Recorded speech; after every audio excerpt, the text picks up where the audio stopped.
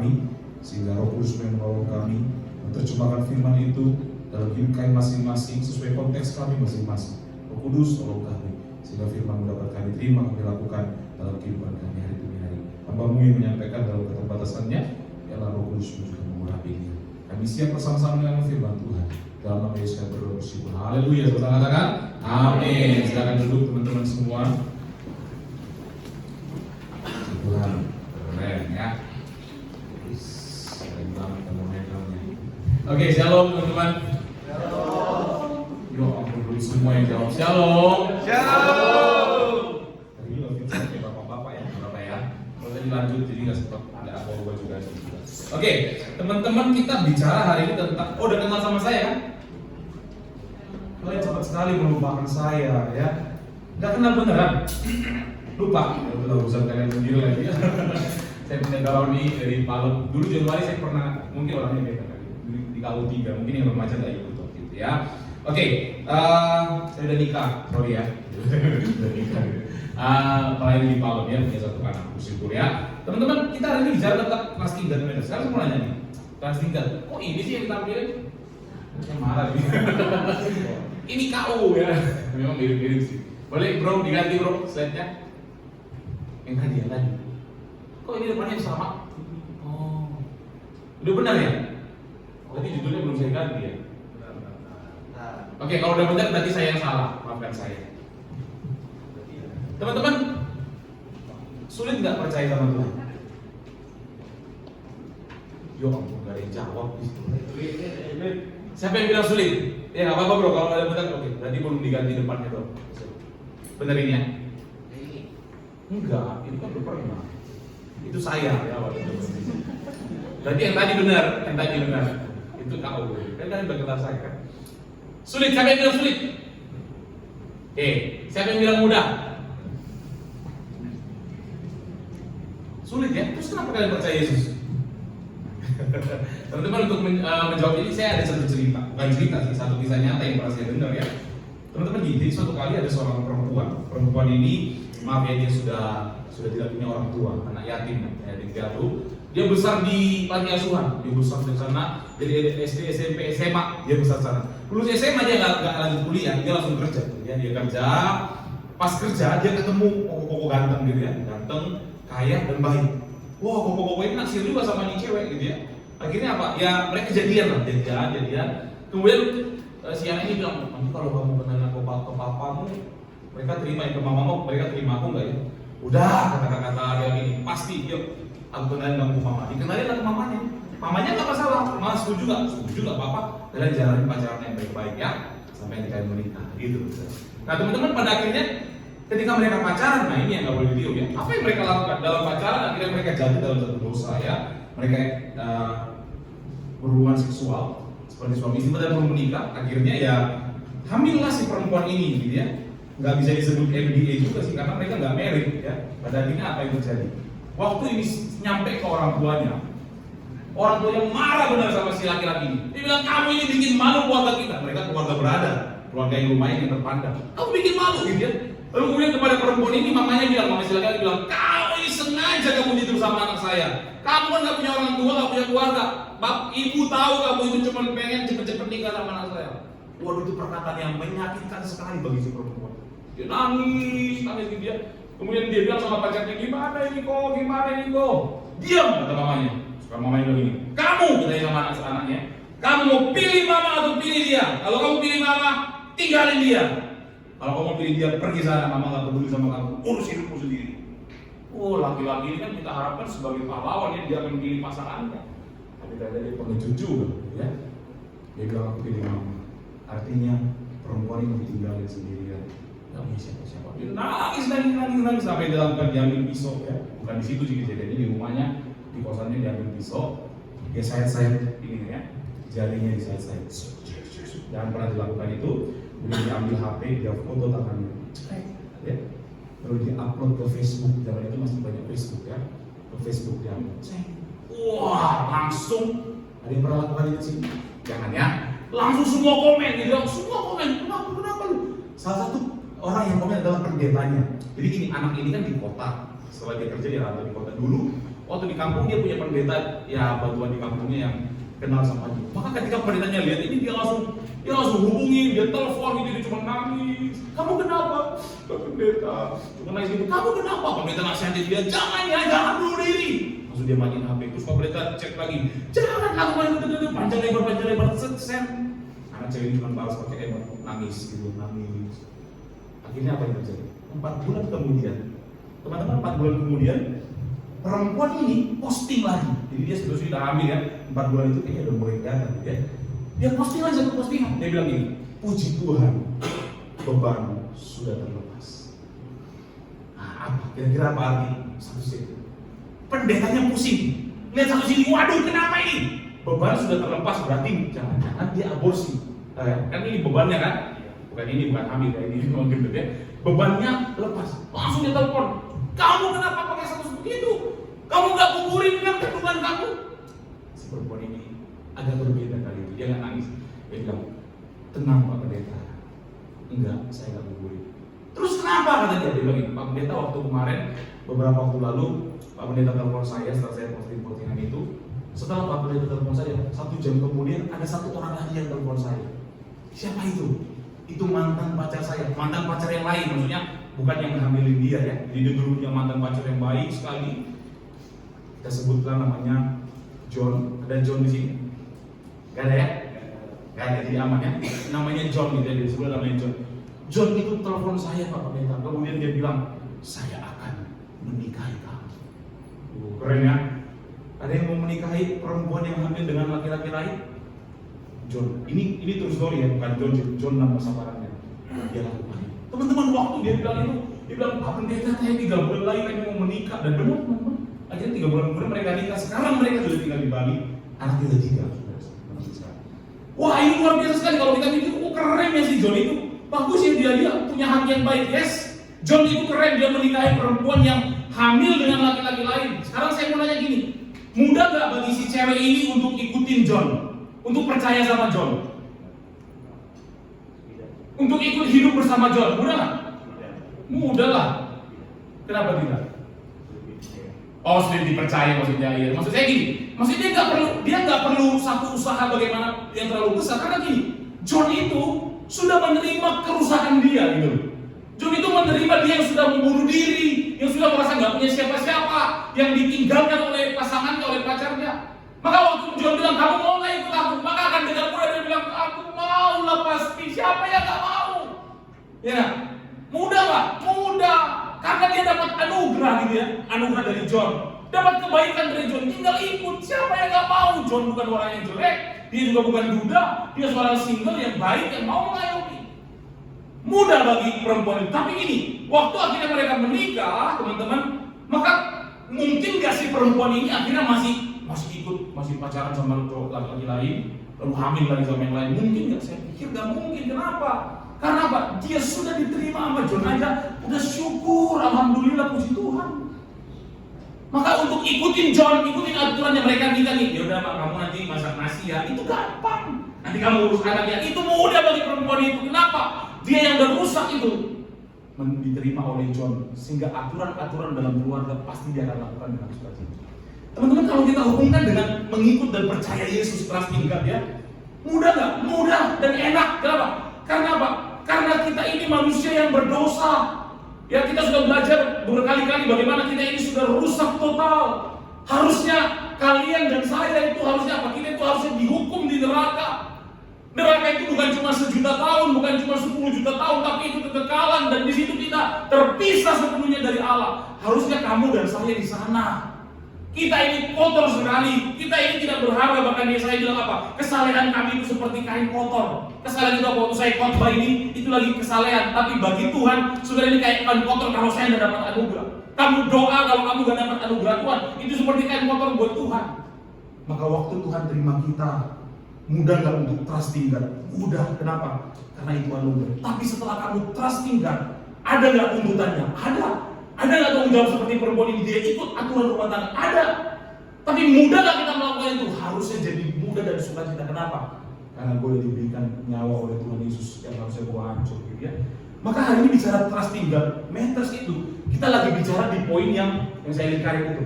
progressive sanctification. Maksudnya gini, teman-teman, jadi orang Kristen itu, kita itu mengalami tahap sanctification. Penyucian itu ada 3 tahap. Tahap pertama itu apa? Positional sanctification. Maksudnya gini, ini adalah bagaimana kita dikuduskan secara posisi. Tadinya kita dead in sin, kita mati di dalam dosa.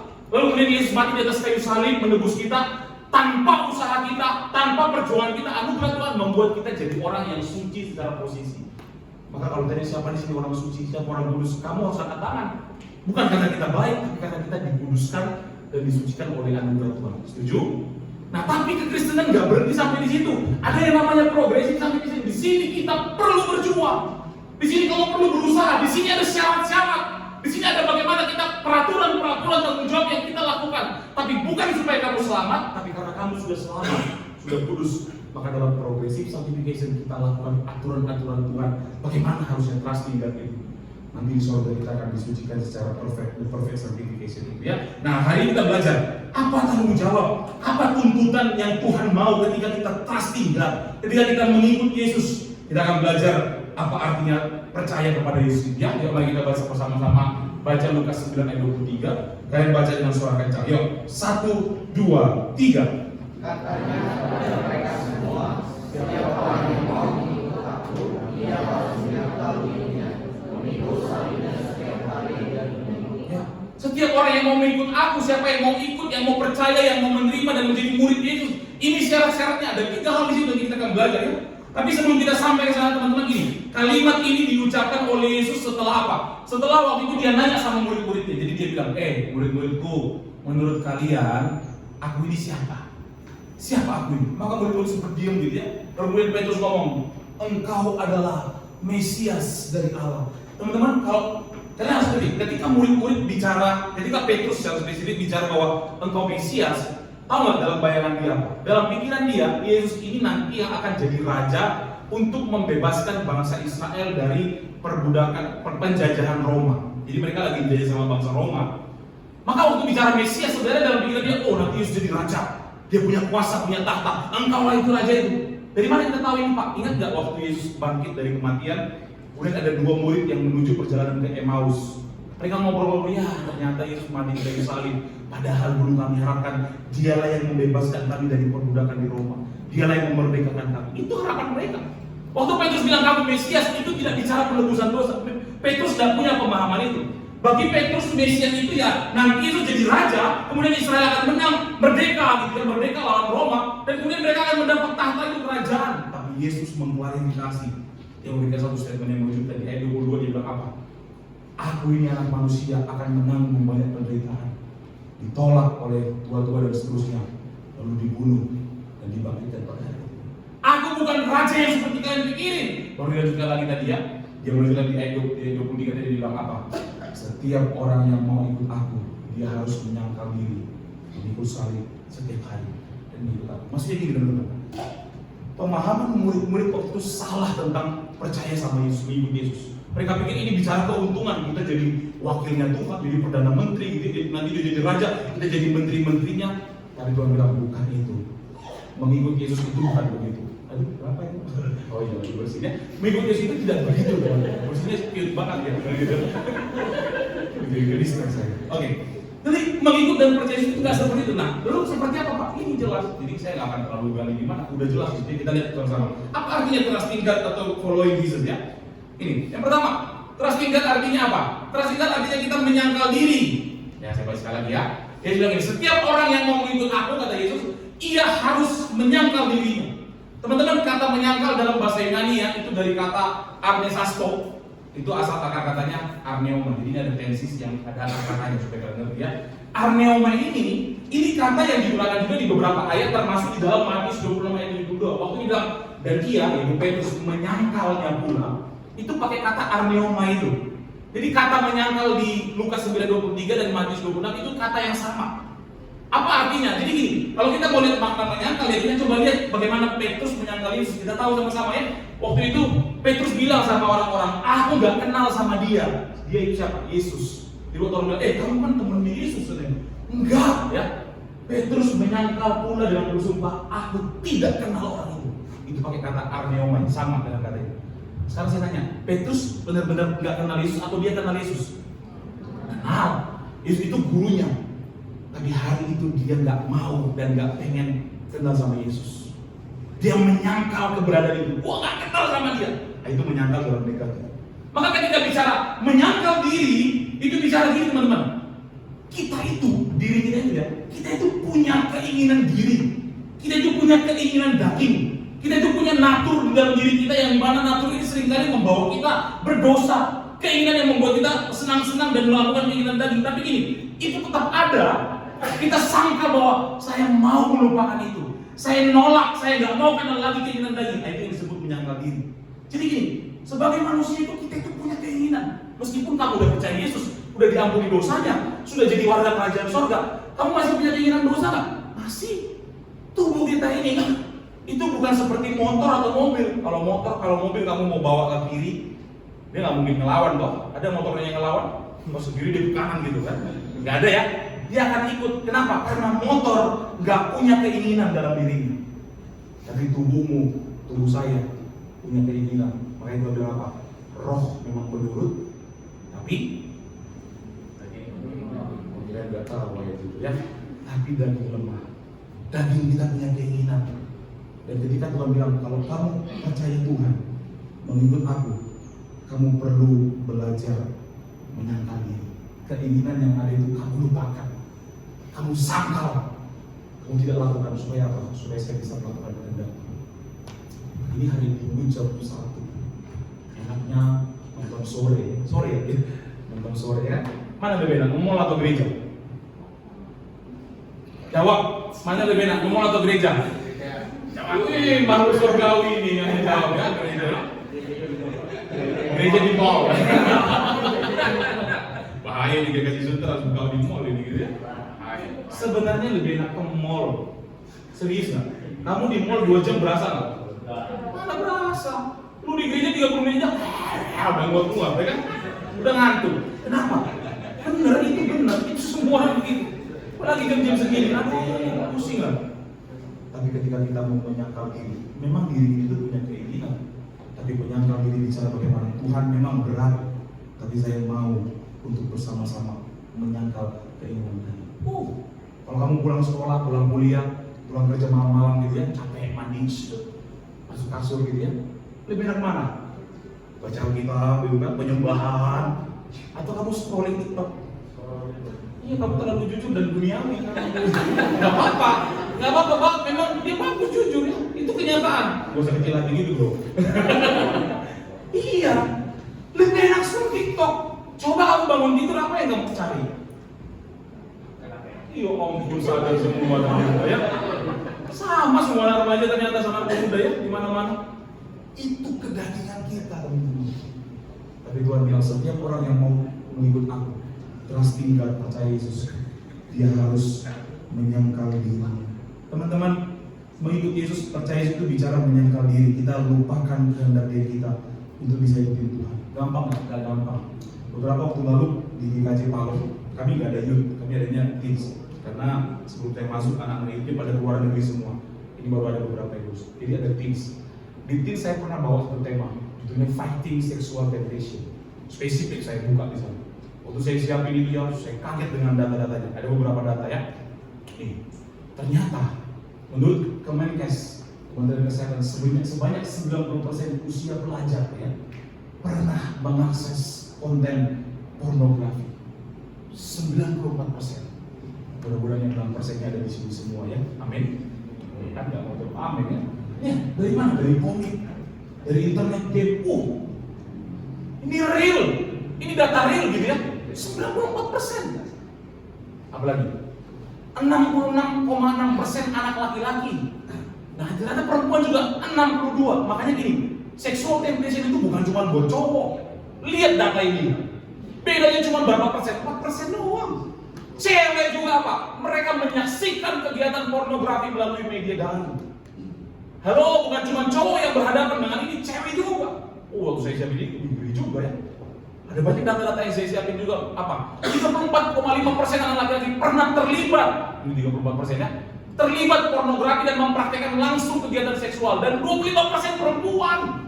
Apa aktivitasnya? Satu, maaf ya, PAP. Apa? PAP, post a picture, pap dong say, gitu ya, buka bajunya gitu kan. Terjadi masturbasi, berhubungan suami istri, ini semua aktivitas dilakukan. Udah saya siapin, saya pelajarin lagi apa yang dampak pornografi terhadap otak. Itu saya merinding. Nanti kalau mau bahas itu undang saya lagi gitu ya. Oh enggak. Tapi maksud saya gini, kita nggak usah bahas sekarang. Tapi gini teman-teman, ini real sekali. Ini real sekali teman-teman. Tapi lihat dari data-data ini, saya yakin mungkin sebagian besar adalah orang-orang yang terlihat baik. Saya yakin mungkin sebagian besar juga ada orang-orang yang rajin ke gereja. Mungkin juga pelayan-pelayan Tuhan, mungkin juga hamba Tuhan ada di situ. Kenapa zaman sekarang aksesnya mudah kok? Kamu masuk kamar, tutup kamar, ambil gadgetmu, semua ada di situ. Siapa yang tahu? Hanya kamu yang tahu. Ini tantangan kita. Zaman dulu katanya, saya juga punya om yang saya nonton itu ya, saya pernah diajakin. Kita dulu beli kaset bos, susah cari pornografi. Bilang ini ada kaset hewan-hewan nggak? Ada tahu tuh buat kaset. Saya pernah diajak sama paman saya nonton itu gitu. Kita beli kaset, lebih susah, harus ke sana, harus diam-diam gitu. Ini kasetnya, covernya gambar zebra gitu, tapi dalamnya porno. Sekarang kamu nggak perlu cari kaset begitu, kamu tinggal searching, cep di situ semua. Dan coba kita tanya diri kita, apakah kita salah satu dari orang-orang yang terjebak tadi? Teman-teman, kita bisa terlihat baik di luar, bisa gampang terlihat rohani di luar, gampang banget. Tapi bagaimana ketika kita berhadapan dengan Tuhan, hanya kita dan Tuhan yang ada di situ, gak ada orang lain yang lihat. Disitulah kita perlu berjuang menyangkal diri kita ini memang suka yang seperti itu. Pak, sulit sekali dong. Yes, sulit. Tapi kamu kalau mengandalkan kekuatan sendiri pasti sulit. Maka Tuhan bilang apa tadi? Berjaga-jaga dan berdoalah. Roh memang penurut, tapi daging lemah. Maka kita harus berjaga-jaga, berjuang. Gak bisa kamu misalnya ya, maaf ya, kalau konteks pornografi, kamu misalnya lihat postingan cewek seksi kan, lalu kemudian kamu bilang, Tuhan tolonglah hambamu, tapi kamu lihat terus. Gak bisa. Itu kamu cuma berdoa. Berjaga-jaga itu bilang apa? Ketika kamu lihat, kamu buang itu. Jangan akhirnya yang dibuang, maksudnya postingannya dibuang gitu kan. Lalu kamu berdoa, Tuhan tolong saya. Itu yang dilakukan oleh Yusuf. Yusuf waktu digoda tante Potifar itu kan pejabat ya. Istrinya kemudian besar menurut para nabi, cakep. Tante-tante mama muda. Yusuf datang ke sana. Dia bilang, ayo dong tiap hari loh, ayo dong ke kamar, ayo tiap hari lu ada yang begitu. Yusuf gak apa? Alkitab bilang ini, Yusuf berlari keluar. Yusuf gak berlari di tempat. Berlari di tempat mah gak jalan gitu. Dia lari keluar. Apalagi lari ke dalam, itu lebih parah gitu ya. Dia lari keluar, itu bicara berjaga-jaganya di sana. Jadi gak bisa kamu cuma berlari di tempat lalu Tuhan tolong saya, jatuh gak membagi. Jatuh. Maka Tuhan bilang berjaga-jaga berdoa. Kamu berjuang, Tuhan mampukan. Kamu juga gak bisa berjuang sendiri. Cuma berjuang ngandelin kekuatan kamu, gak minta kekuatan Tuhan, sama jatuh juga. Dua hal itu harus dilakukan. Berjaga-jaga, berdoa. Itu bicara bagaimana kita menyangkal diri. Amin teman-teman. Saya nggak tahu apa yang kalian lakukan dalam kesendirian kalian. Saya nggak tahu berapa banyak kalian diperhadapkan dengan godaan untuk menyangkal diri. Hari ini Tuhan ajak kita. Trusting dan itu bukan cuma sekedar datang hari Minggu ke gereja. Bagus kamu datang ke gereja, bagus ikut kegiatan gereja. Tapi lebih daripada itu, mau nggak kita menyangkal diri kita, bukan karena kekuatan kita sendiri, tapi Tuhan menguatkan kita. Amin. Itu yang pertama. Yang kedua, apa artinya percaya kepada Tuhan? Trusting God. Ya, trusting God itu artinya memikul salib setiap hari. Boleh nih kalian baca sekali lagi, supaya saya beri istirahat sebentar. Yuk, kalian yang baca. 1, 2, 3.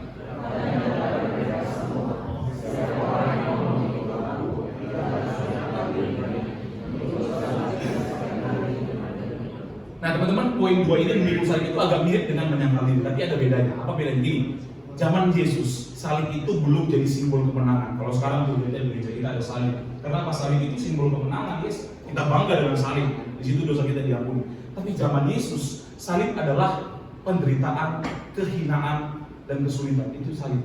Gak ada orang bangga di salib zaman Yesus. Gak ada. Maka ketika bicara memikul salib itu berarti memikul sebuah penderitaan. Penderitaan apa yang dipikul? Gini teman-teman. Zaman Yesus, kalau orang disalib, dia udah tahu gitu. Orang-orang kalau bicara seseorang disalib, kan salib itu bukan cuma buat Yesus ya. Ingat ya, salib itu hukuman yang berlaku pada waktu itu dalam pemerintahan Romawi. Sehingga banyak orang Yahudi yang sudah disalib juga, orang penjahat-penjahat disalib. Maka gini, kalau waktu itu saya disalibkan, waktu saya udah mulai jalan salib itu, saya udah siap bahwa saya bakal mati. Karena itu hukuman mati. Saya tidak akan mikirin lagi, besok sekolah saya gimana ya? Enggak. Saya tidak pikirin lagi dunia ini, karena saya sudah siap menghadapi kematian. Maka ketika Tuhan bilang dalam makna rohani ya, memikul salib itu bicara apa? Memikul salib artinya bicara gini, kita itu hidup kita bukan lagi terpikat sama hal-hal duniawi ini. Kenapa? Karena kita sudah melihat kepada kekekalan, kepada Tuhan. Maksudnya gimana? Maksudnya gini, sebagai orang yang percaya sama Yesus, yang trusting dan itu, kita harus belajar begini bahwa kita kesukaan kita bukan berarti kita menaruh kepada dunia ini lagi. Harapan kita bukan lagi kepada dunia, tetapi kepada kekekalan itu. Oh Pak, kalau gitu kita nggak usah sekolah dong, nggak usah kuliah, nggak usah kerja, malas-malasan aja di rumah doa-doa aja. Enggak, siapa bilang begitu? Kamu harus tetap sekolah, belajar serius, kerja serius, jadi orang berhasil, jadi orang kaya kalau bisa semua. Kita masih hidup di dunia, yes, tapi gini, memikul salib itu bicara begini. Saya masih di dunia, tapi cara hidup saya bukan cara-cara duniawi. Dalam surat Filipi kalau saya tidak salah, Paulus bilang ini, karena kewarganegaraan kita adalah kewarganegaraan surga. Tahu nggak maksudnya? Gini teman-teman, ada yang pernah keluar negeri? Kenapa kalian pura-pura miskin semua? Saya juga belum pernah. Tapi ada nggak yang pernah? Nah teman saya cerita, oh ada kamu ya? Udah pernah kemana? Ada lah beberapa. Saya nanya yang kamu jawab gak apa-apa ya, ada beberapa ya. Sini, kasih, biar sini maju. Ini gak apa-apa, sini saya perlu datang. Nah, kita buktikan apakah dia pernah ke luar negeri. Ada fotonya? Nggak usah ditunjukin, nggak usah. Namanya siapa? Steven. Kamu pernah kemana aja? Singapura, Jepang. Oke, Eropa pernah? Belum. Oh, nggak jadi. Oke, nggak sih. Di Jepang ada McD nggak? Ada. Nah, berapa harga satu burger di sana? Aduh, saya kayak Lupa ya. Tapi gini, kalau kamu lihat harganya misalnya sekian, kamu ngitungnya gimana? Ini berapa rupiah gitu kan? Iya. Kita konversikan ke rupiah. Iya, dia aja kopi Jepang ya. Gini, kamu kalau beli McD di Jepang atau di Amerika, kamu lihat, misalnya $5. Di sini $5, di Indonesia cuma 38.000. Kamu konversikan ke warga negaramu, karena kamu warga negara Indonesia. Terus saya nanya gini, ada nggak orang luar negeri tiba-tiba nggak tahu bahasa Indonesia? Itu belagu gitu namanya. Tiba-tiba dia luar negeri, halo sir, I don't speak bahasa gitu kan? Nggak mungkin ya, karena warga negaramu masih Indonesia. Waktu Tuhan bilang ini, kewargaan kita adalah kewargaan surga. Semuanya harus dikonversikan ke surga. Maksudnya gini, gaya hidup saya sesuai surga nggak? Kamu nonton film porno sesuai surga nggak? Enggak ada begitu. Gaya hidup kita sama dengan surga. Itu maksudnya warga kerajaan surga. Memikul salib sama. Memikul salib bicara bagaimana cara kita hidup itu bukan dikuasai oleh keinginan dunia. Jangan pakai cara-cara dunia. Mungkin kalian tahu ini. Tahu ya? Ini ketawa lu pada kan? Astagfirullahaladzim. Ini namanya S-line ya, benar ya? Untung saya nggak buat postingan begini, saya udah mau buat tadi ya. Karena kayak ada api-api gitu ya, pas saya cari tahu artinya, aduh. Tahu apa artinya? Apa? Iya, berapa banyak kamu berhubungan seksual gitu guys. Bahkan kadang-kadang ada menunjuk kemana ya, ada ibu salah posting sama anaknya dia foto, dia tunjuk ke anaknya gitu ya, nggak ngerti, ngomong tapi nggak ngerti gitu ya. Tapi lihat, ini bangga, ini saya pokoknya saya sensor. Tapi orang ini bangga loh. Banyak banget di sosial media. Apa sih merah-merah gitu ya? Saya cari tahu ini yang pun dari film Korea ternyata ya. Ya elah, dan mereka bangga gitu. Saya nggak tahu mereka benar-benar, tapi maksudnya gini, harusnya lu malu dong. Meskipun lu benar-benar lakuin itu, harusnya lu nggak nunjukin. Tapi lihat dunia kita, dunia yang mengumbar aib dan dosa. Kenapa? Mereka mau membangun satu pandangan bahwa dosa itu biasa. Ini dunia kita. Dan berapa banyak orang Kristen terpengaruh sana. Lalu banyak kita dengar orang bilang, alah lu nggak ngerokok, nggak nge-vape, nggak keren. Saya mau kasih tahu, ngerokok sama nge-vape itu keren nggak? Enggak. Ini, kita kalau keluar ketemu orang ODGJ, orang gila, di jalan ini kan. Kamu kasih rokok atau vape, bisa nggak dia ngerokok? Bisa. Orang gila aja bisa ngerokok gitu. Siapa bilang ngerokok keren? Orang gila bisa ngerokok. Ya Yang keren itu adalah kamu menahan godaan dari itu baru keren. Amin. Jadi gini, kita itu masih hidup di dunia, betul. Tapi trusting God artinya memikul salib. Yuk, kita bersama-sama. Jangan hidup dengan cara dunia. Memang gak mudah tadi ya. Kita harus berjuang mengandalkan Tuhan. Berbeda dari dunia ini. Karena kita warga kerajaan surga. Bilang kiri kanannya, lu warga kerajaan surga. Ya. Belakang. Oke, teman-teman itu yang kedua ya. Yang terakhir ya.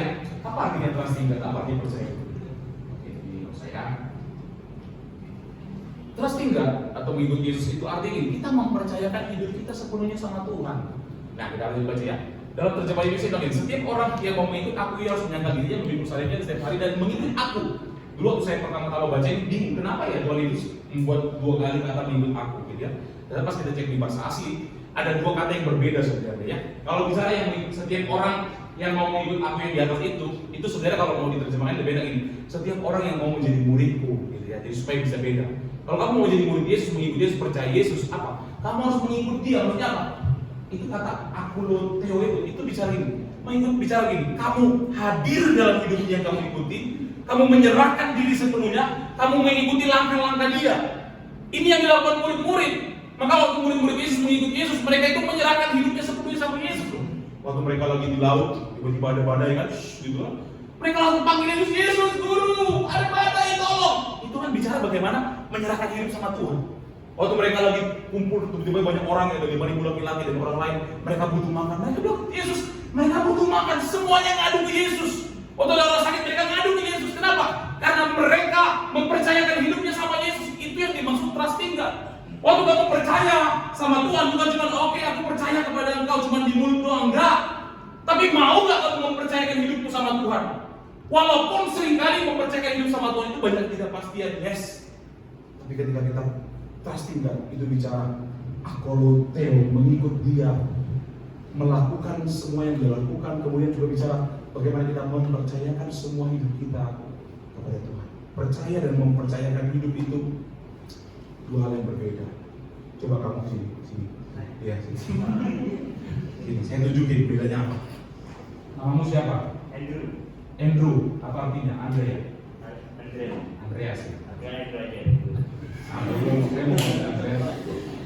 Oke. Andreas, Andrew ya. Kamu percaya nggak sama saya?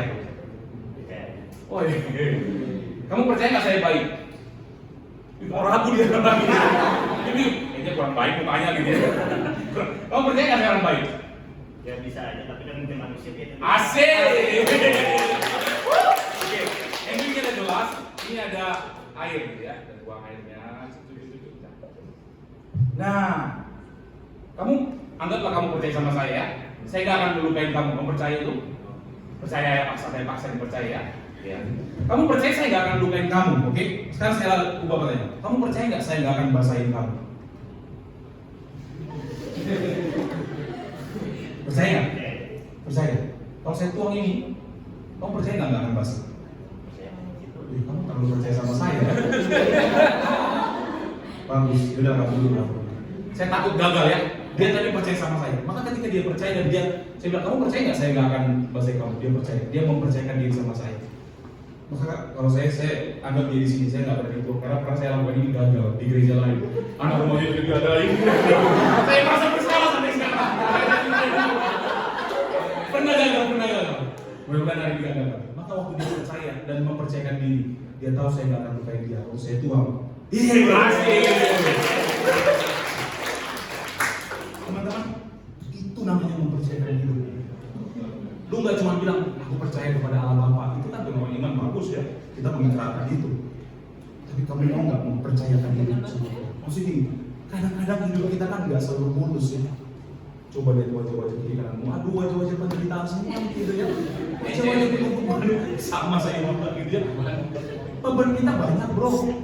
Kemarin kami Bible Camp di Teams GKJ ya. Di sisi terakhir saya buat challenge bagaimana mereka memberitain Injil dengan satu kasus gitu. Waduh, saya nangis di challenge. Kenapa?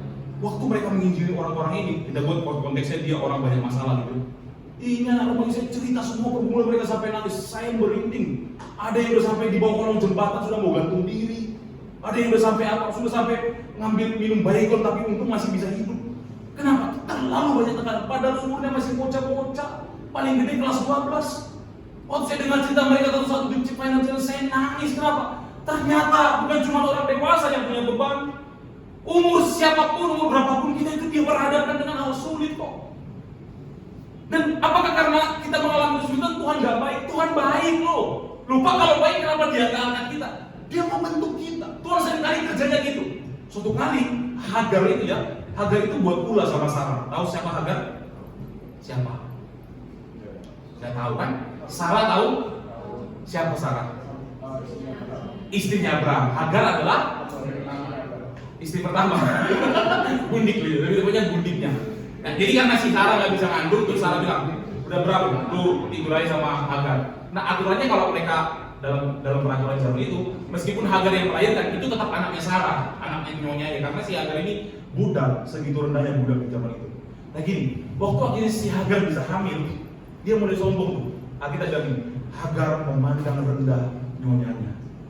Dia sombong gitu ya. Akhirnya apa? Dalam peraturan mereka baru itu ketika ada yang sombong, tuannya bisa menambahkan beban sama itu. Apa yang tidak masalah? Ditindas Hagar. Lu jangan berlagu gitu, ditindas terus. Gak kuat, Hagar gak kuat, ditindas nangis. Apa? Hagar kabur, dia pergi ke padang gurun. Di padang gurun dia ketemu Tuhan. Tuhan bilang, Hagar, lu mau kemana? Aku dari rumah nyonya aku saja nggak tahu mau kemana. Tuhan nggak bilang, oke, aku bawa kamu ke negeri ini, ayo ikut. Enggak. Tapi apa Tuhan bilang? Tuhan suruh, Hagar dari mana lu? Aku dari tempat nyonya aku ditindas di sana. Tuhan bilang ini, balik ke nyonyamu, biarin lu ditindas di sana. Lu kalau ketemu Tuhan gitu, ya lalu Tuhan nggak solutif lo gitu ya. Suruh balik, gua udah kabur. Tapi Tuhan bilang balik, biarkan dirimu ditindas. Kenapa? Tuhan membentuk Hagar. Hagar itu pada akhirnya dibentuk. Dia satu-satunya tokoh perempuan yang memberikan nama kepada Tuhan. Dia bilang, aku menyebut kau El Roy, Allah yang melihat. Siapa yang berani kasih nama sama Tuhan? Hagar, dan Tuhan tidak marahin dia. Tuhan kasih dia anugerah meskipun anaknya seperti keledai liar si Ismail itu ya, orang muslim sekarang maksudnya kan dia keledai liar kan. Tapi iya memang benar itulah kita bilang mereka akan keledai liar, musuh kan demo gitu kan, bakal keledai liar. Tapi meskipun gitu bagi Hagar itu udah luar biasa berkat Tuhan. Dia jadi bangsa besar, dia punya Arab semua segala macam. Itu berkat Tuhan bagi Hagar. Kenapa? Karena dia masuk ke dalam penindasan Sarah. Tuhan sering maksa kamu masuk. Tuhan, gue pengen kamu dari sini. Enggak, lewatin. Gimana cara lewatinnya Tuhan? Itu tadi, mengikut aku itu bicara, menyerahkan diri sama Tuhan. Berat enggak? Berat Pak. Tapi kita masuk. Jangan menghindar, maju. Tapi jangan maju sendirian. Anda kekuatan. Hari ini saya tidak tahu apa yang kalian alami teman-teman. Mungkin ada dari kita yang baru aja kemarin nangis karena diputusin, ya, karena ditolak. Karena mungkin kita di sekolah dibully, di kampus kita nggak dihargai. Mungkin kita punya kehidupan di mana orang tua kita cerai, ribut, berantem, kita broken home. Mungkin kamu juga berjuang seorang diri. Saya nggak tahu apa beban kamu, tapi kalau mau dibuka semua, saya yakin kita nangis semua di sini. Kenapa? Karena begitu banyak beban yang kita alami, semua kita mengalaminya. Tapi apakah Tuhan nggak sayang kita? Nyawanya sudah diberikan di atas kayu salib.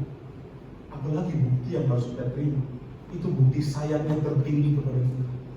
Tapi Pak, kenapa kalau dia sayang, dia biarkan saya lewatin sulit ini? Tadi, Tuhan paksa kita melewat supaya iman kita makin dewasa dalam Tuhan.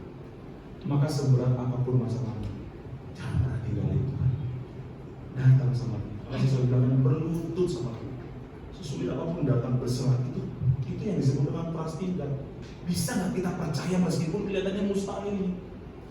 Memang Tuhan tidak selalu angkat pergumulan kita, tapi Dia berjanji, Dia akan terus menguatkan kita melewati jalan-jalan yang tidak mudah sampai nanti kita ketemu dengan Dia di surga.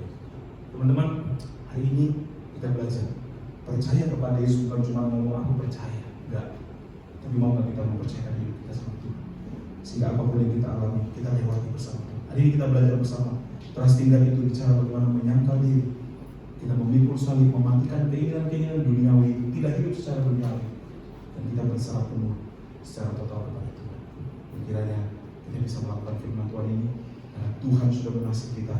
Kita membalas kasih-Nya dengan melakukan syarat-syarat ini. Memang kelihatannya berat, tapi kalau kita lihat kepada salib Tuhan, ini syaratnya tidak berat karena saya yang sudah kotor diterima, saya mau melakukan bagian ini dengan sukacita. Tuhan akan membuat kita. Amin. Mari tundukkan kepala kita. Teman-teman, renungkanlah firman Tuhan hari ini. Apakah selama ini kamu mengikuti Yesus hanya karena dipaksa sama orang tua, atau karena hanya ikut-ikutan, atau supaya kamu punya agama di sekolah, di KTP? Tapi hari ini kita belajar percaya kepada Yesus itu lebih dari itu. Memang kita hanya perlu anugerah Tuhan untuk bisa percaya kepada Dia. Tidak perlu usaha apa-apa. Tapi setelah kita percaya kepada Tuhan, setelah kita menerima anugerah Tuhan menuntut kita, Tuhan memberikan tanggung jawab kepada kita untuk menyangkal diri, untuk memikul salib setiap hari, untuk hidup tidak seperti cara duniawi, dan untuk mau percaya dan mempercayakan hidup kita kepada Tuhan. Hari ini mungkin banyak dari kita yang masih tidak bisa menyangkal diri. Ada banyak perbuatan-perbuatan kita yang tidak terlihat, yang mendukakan hati Tuhan. Tuhan mau kamu dipulihkan. Minta kekuatan Tuhan, berjaga-jaga dan berdoa. Hari ini mungkin kita masih hidup dengan cara-cara dunia. Tuhan mau kita timpakan. Hari ini mungkin kita masih dalam ketakutan, dalam kekhawatiran, dalam air mata yang kita merasa Tuhan terlalu jauh buat kita. Tuhan kasih tahu kita hari ini bahwa hidup kita harus kita serahkan kepada Dia. Memang Dia tidak berjanji untuk segera mengubah keadaan kita, tapi Dia berjanji kita akan melewati semua hal sulit itu dengan kekuatan dari Tuhan. Buktikan sendiri. Kamu harus buktikan sendiri. Waktu kamu datang berlutut kepada Tuhan, kamu akan menerima kekuatan itu. Segala perkara dapat bertanggung di dalam Dia yang memberikan kekuatan kepada kita. Biarlah firman Tuhan hari ini yang sudah kamu dengar, kamu bisa hidupi itu dalam kehidupan. Mari kita berdoa. Bapa di surga, kami bersyukur hari ini kami bersama-sama